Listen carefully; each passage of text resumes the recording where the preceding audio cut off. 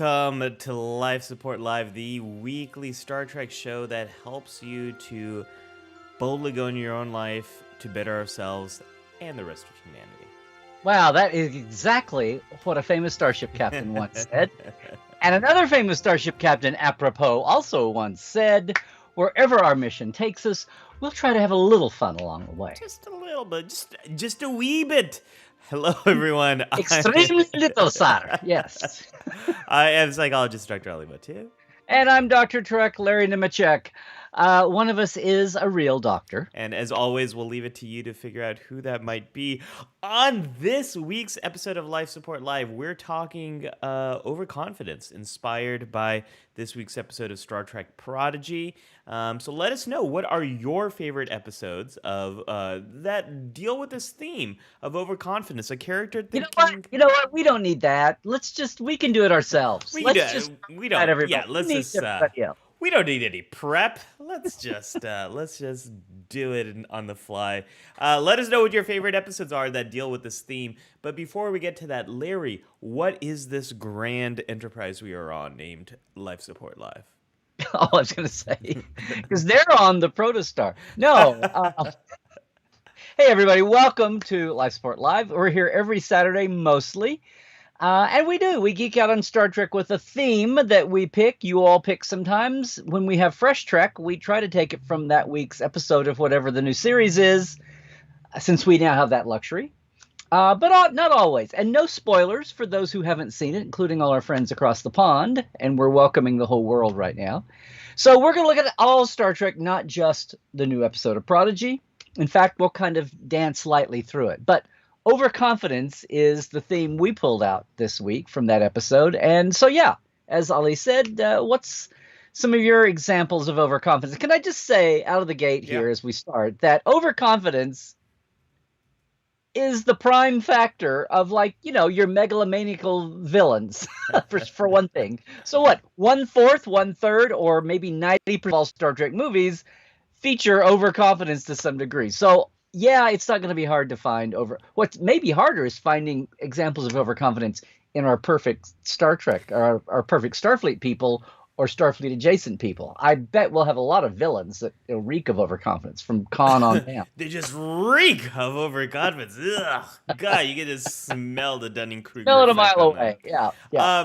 Well, some of the examples that immediately came to light were. There's one very common villain example that I think we've mentioned so many times, and E. Yes. Yeah. Common villain example. Yeah.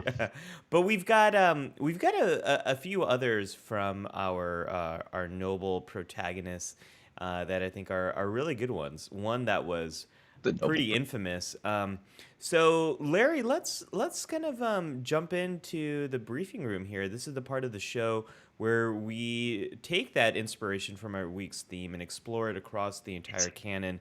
And this inspiration, we're not doing any spoilers. Everything. That's amazing. It's like we have parts of the show. Yay. We do. And let's go, Ali, go. Jump into the first one here. I'm feeling very confident about this one, Larry. I think this is going to be a good show.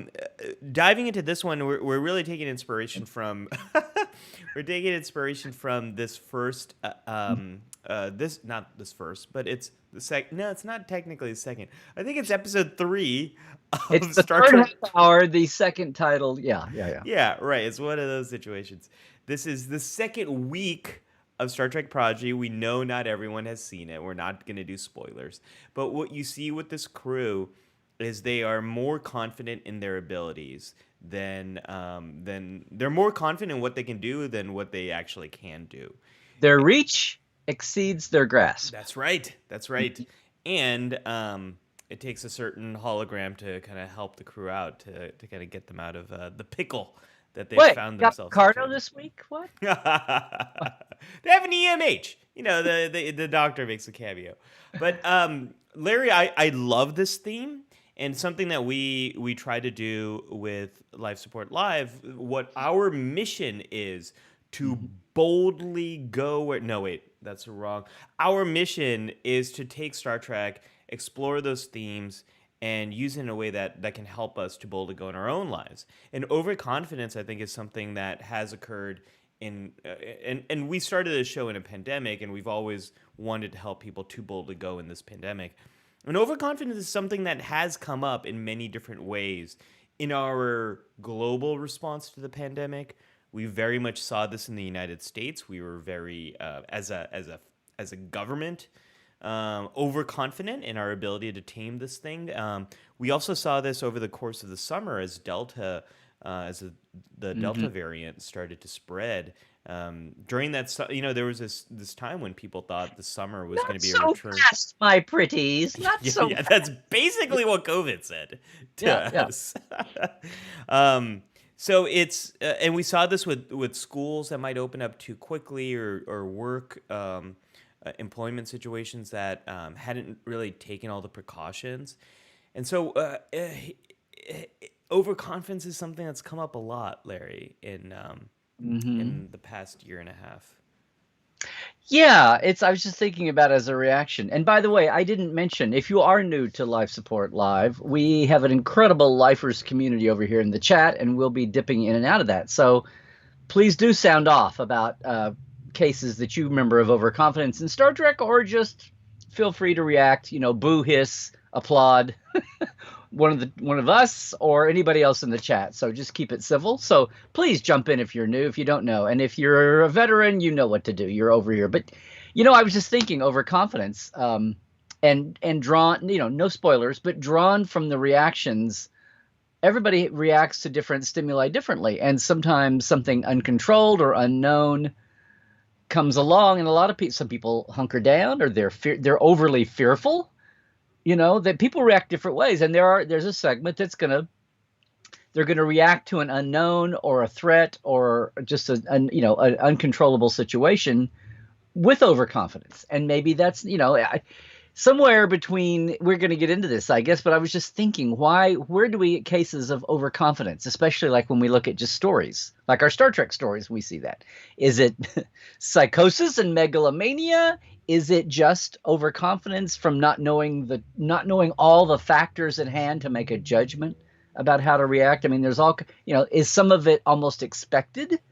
Is some of it very uncharacteristic? And then, what's the situation? I mean, it's not a simple concept, but overconfidence can take many forms, is what I'm trying to Yeah, say. we got a comment from Charlotte, who said, "Is that overconfidence or naivete?" And I think what we're talking about here is, sometimes these things very much overlap. Charlotte, definitely, being like new or not knowledgeable about something can lead to overconfidence, of course.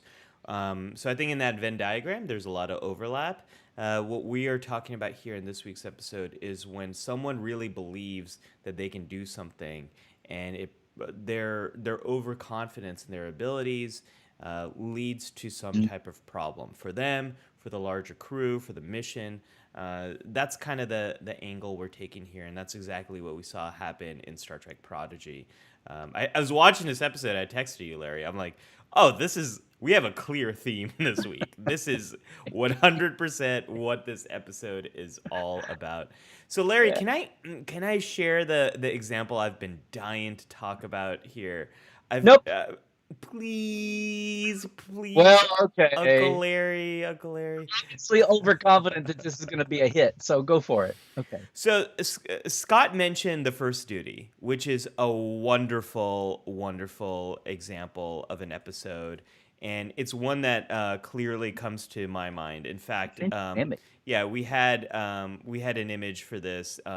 This one I actually just watched this. I watched Hmm. this like sometime this past week. I was just in the mood for the first duty. The first duty of every Starfleet officer is to the truth.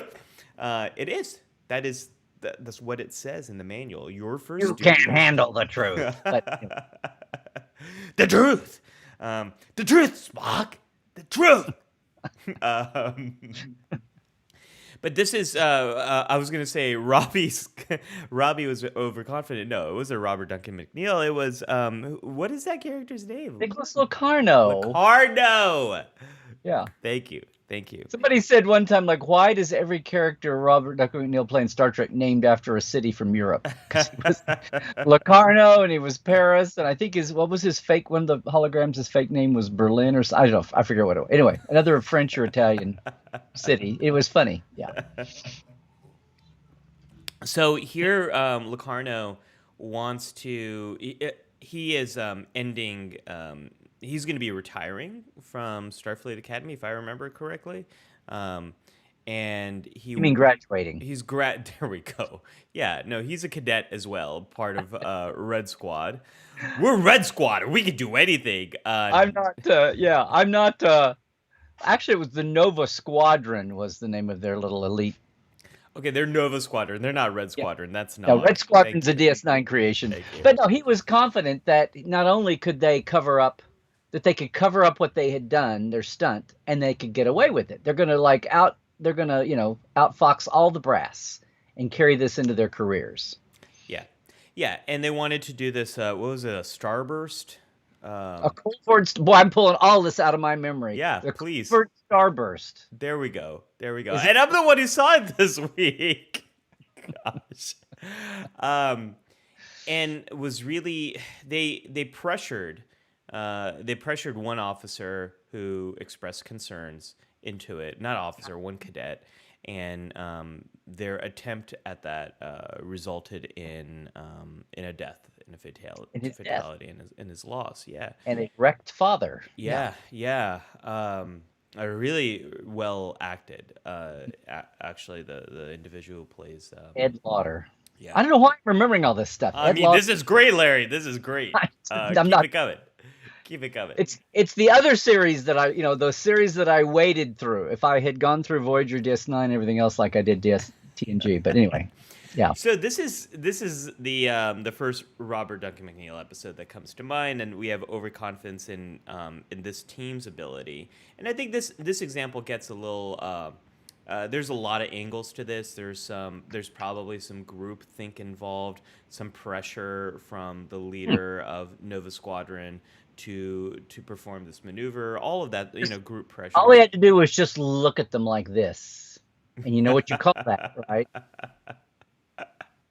That's peer pressure. Yeah, that's peer. There's a lot of peer pressure in those scenes. My goodness.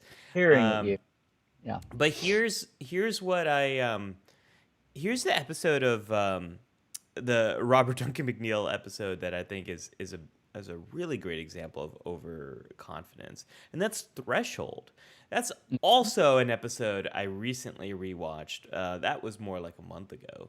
And what stuck out to me about this episode, Larry, is they've done all these. This is the episode where they achieve Warp 10, where Tom Paris achieves Warp 10, and what is so funny to me about this episode is it starts with them doing these computer simulations in the holodeck of what happens with this new drive. What happens when you reach Warp 10, and they finally solve this problem through simulations, and they have a whole briefing. The tech problem of making Warp 10. They solve the tech problem. Yeah. I also sent you an image for this. So they're going. Oh yeah, you did. Thank you. It's right here. And so they are ahead warp factor 10. There it is, folks. And so they have a briefing to discuss what to do. There is only one concern that comes out in that briefing, and that's from Chakotay, and he says something about like what are going to be the implications of being able to achieve this? But no one is talking about, what might go wrong. No one is saying, you've done a lot of simulations, but maybe we should just program this into a shuttle and send some kind of like life forms like in the shuttle, but not like not sentient life, and let's just see what happens. No, they're all full speed ahead. There's absolutely no one in that briefing that is saying like, hold on, how might this blow up in our faces? What might go wrong? It really, I mean, what the heck happened there? The whole entire crew was all overconfident about it. I wonder texture, not trivia. I wonder if that was their desire to get home, and this could have been a quick solution, and they were so desperate to try it that they became so overconfident in it. But if you watch that episode again, Larry, it is they're as overconfident as that crew on Star Ever Trek been? Prodigy. Ah, well, throwing each other in the brig and all that. Oops, spoiler. Someone mentioned this recently. Threshold is one of the infamous episodes now. But somebody said, if you took the last 5 minutes of Threshold away, if you took the lizard babies away, If you take the lizard babies away. the rest of the episode is really, I mean, it's a really interesting, it's a Brannon special. It's a horror, chiller mystery. It's The Fly in slow motion, He's transforming, and when he pulls his tongue off, it's really chilling. It's really pushing the envelope of art.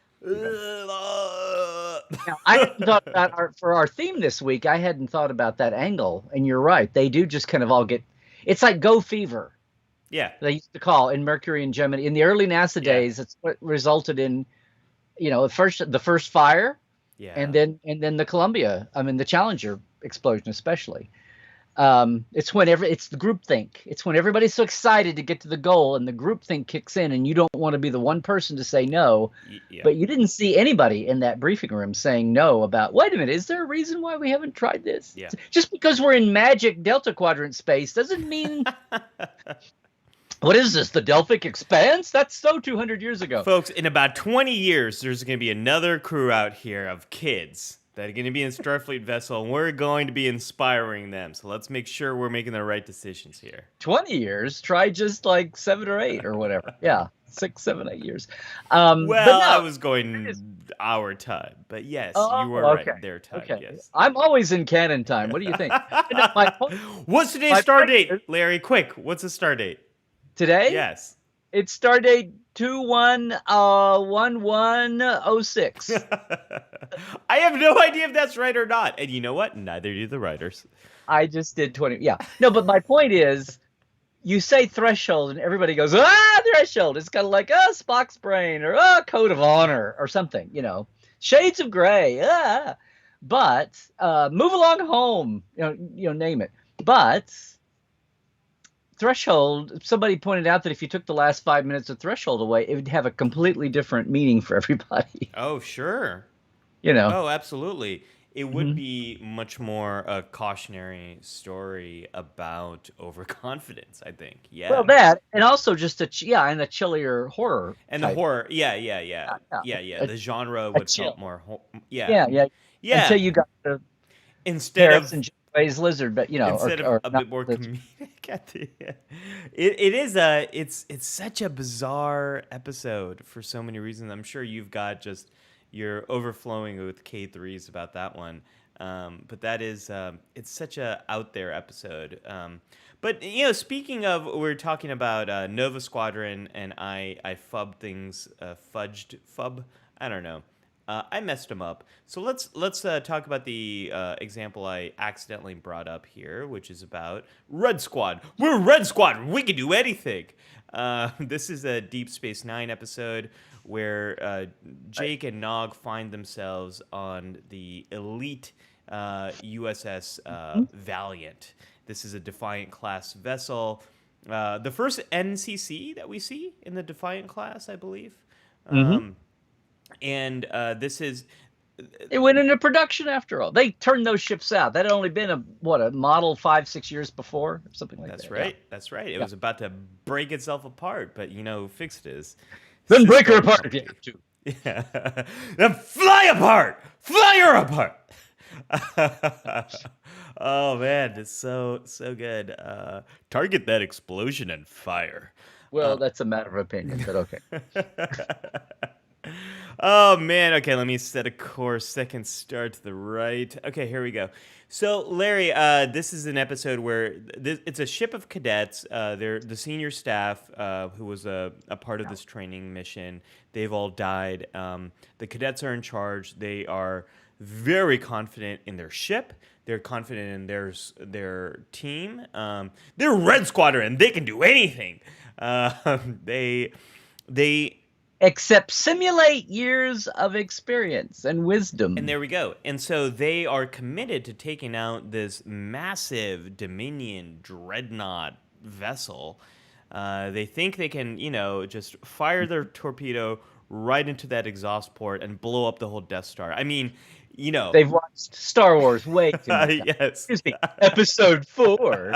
Okay, excuse me. Just like Yeah. shooting wombats back home. So they attempt this, and it does not work. It does not Nope. work out, and it actually results in much more loss of life.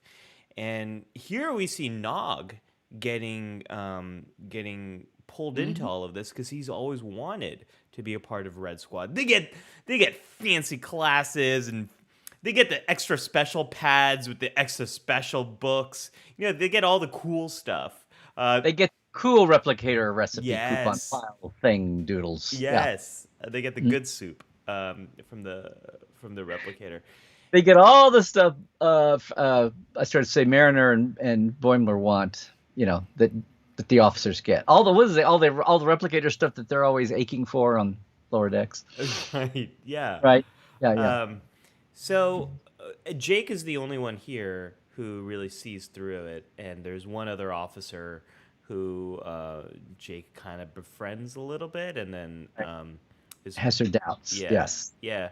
So this is a great episode about overconfidence as well, and I think you speak to something here, Larry, which is about experience.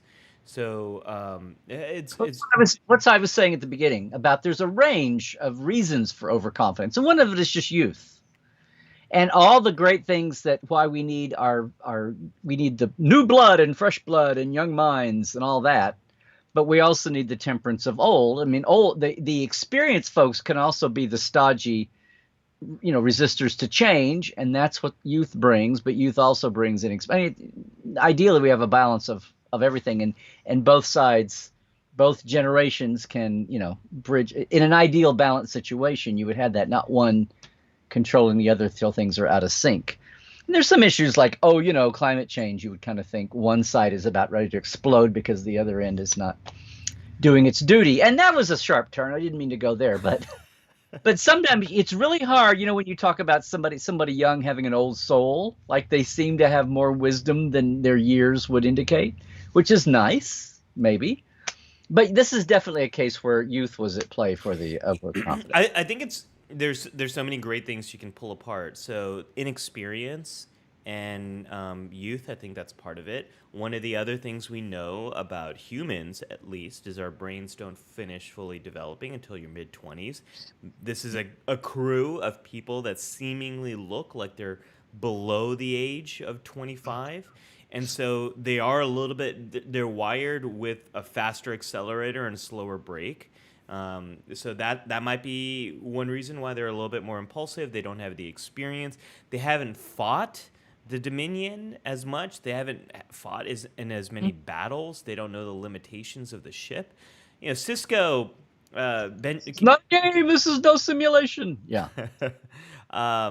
Benjamin Sisko probably would not have made the same decisions had he been in that. I think Jake actually says that. My dad would never do this, you guys. Um, and to which they respond like, "You're not Starfleet. Go write some news about this. Yeah. Actually, don't do that either. Don't." Yeah. don't. It's in the DNA. He can't help it. He's got take your red squad and shove it. He's got it in the DNA. Yeah. Charlotte, I can happily say the squirrel is not bothering me today. Don't worry, Charlotte. There's no squirrel here. Oh, Lee, you didn't beam him into the Klingons' engine room, did you? I would love to see a squirrel at a Klingon Where he vessel. where he could not be squirrely at all. Yeah. Okay. Well, okay, Charlotte is also bringing up a wonderful example. Thank you for this, Charlotte. Charlotte says, speaking of Nog, in Only a Paper Moon, he talks about how he was eager at the start of the war. It wasn't until he lost his leg that he lost that confidence and eagerness. I think that's a fantastic example, Larry, where there might have been this strong desire to go fight, to go defeat this enemy, and didn't really see the consequences of this long dragged out war until he experienced it. Which is pretty much the arc of the grunts' participation in anyway, and the public at large behind them. Yeah. Like World War I started off that way, and then, oh my God, 4 years, really? In a bloodbath. And it's going to be so quick. We're just going to invade Russia. The Everything will be Civil done. War. Yeah. Yeah. Here's another example. Speaking of Jake and Oh, Nog. by the way, I want to do a shout out to Charlotte also. Yeah. I was trying to remember. Lizard baby is the term that people use, but yeah, more like salamanders. Yeah. I was going to say that, and then we got sidetracked. So. Yes. That's right. Okay. Salamanders is much more what you see. Yeah. Nathaniel had a comment a little bit earlier. Nor the battle to the strong. Jake believes that he knows what war means in his ability to turn what he sees into a straightforward story. That's episode, Larry, where he is stationed with these Starfleet soldiers. They wound up stuck there. It's the red badge of courage. Yeah. In Star Trek. Yeah. That is a fantastic episode. One, because you would never see that in any other Star Trek series, Larry. Maybe Enterprise I could see pulling it off. I was going to say maybe in Lower Decks when they if they have 10 seconds that's really serious at the end. But all along the way you would see all the you watch this episode and it is it's very haunting in how dark it is in those themes and how realistic it is in those themes. We never see that side of Starfleet, the Marine military frontline side. DS9 shows it a little bit more. Combat forms, the combat uniforms. We never see that really in this way, and we never see. This was kind of a setup to AR-556, the siege of AR-556, getting you prepped for that. And the other time we saw the combat uniform, by the way. But through the eyes of a civilian, and it's and a civilian with a Starfleet father, close relative, who was on top of his fear, was feeling shame. Yes. That is a wonderful episode, a great example, a really great example, Nathaniel, and it speaks to what you don't know what you don't know when it comes to these kinds of things, and Jake is really trying to understand, and the more he's trying to understand, the more he's realizing how complicated this is.